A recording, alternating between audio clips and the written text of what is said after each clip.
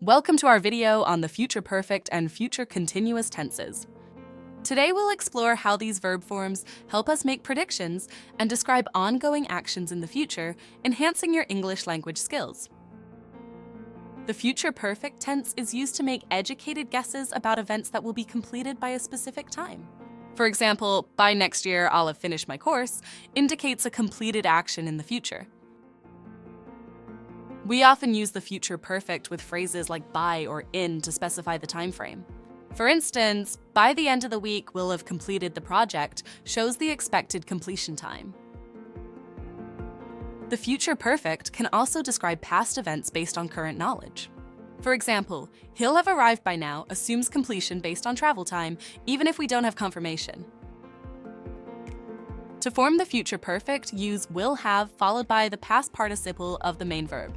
For example, they will have eaten dinner by the time you arrive, indicates a completed action. In negative sentences, use won't have with the past participle. For example, she won't have finished her homework by dinner suggests the action remains incomplete at a specific time. For yes, no questions in the future perfect, use will or won't before the subject. For instance, will you have completed the assignment by tomorrow?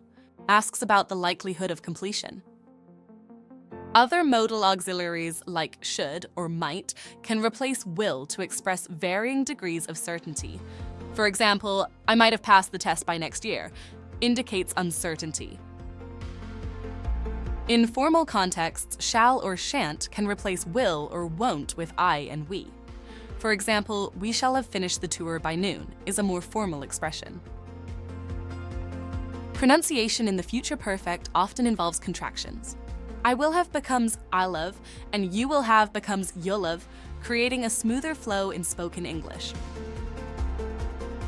Now, let's explore the future continuous tense, which describes ongoing actions at a specific future time. For example, this time next week, I'll be studying for exams, indicates an action in progress. The future continuous is formed using will be followed by the present participle. For instance, they will be traveling to Paris next month describes an ongoing action in the future. Use the future continuous to emphasize the duration of an action. For example, she'll be working all night highlights the ongoing nature of the activity over a period of time. In negative sentences, use won't be with the present participle. For example, he won't be attending the meeting indicates the absence of an ongoing action at a future time. For questions in the future continuous, place will or won't before the subject.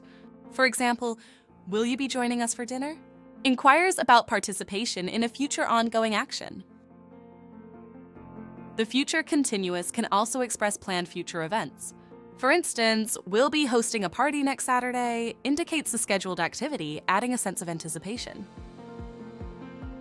In summary, mastering the future perfect and future continuous tenses enhances your ability to describe future events and actions. Practice using these forms to improve your English fluency and confidence.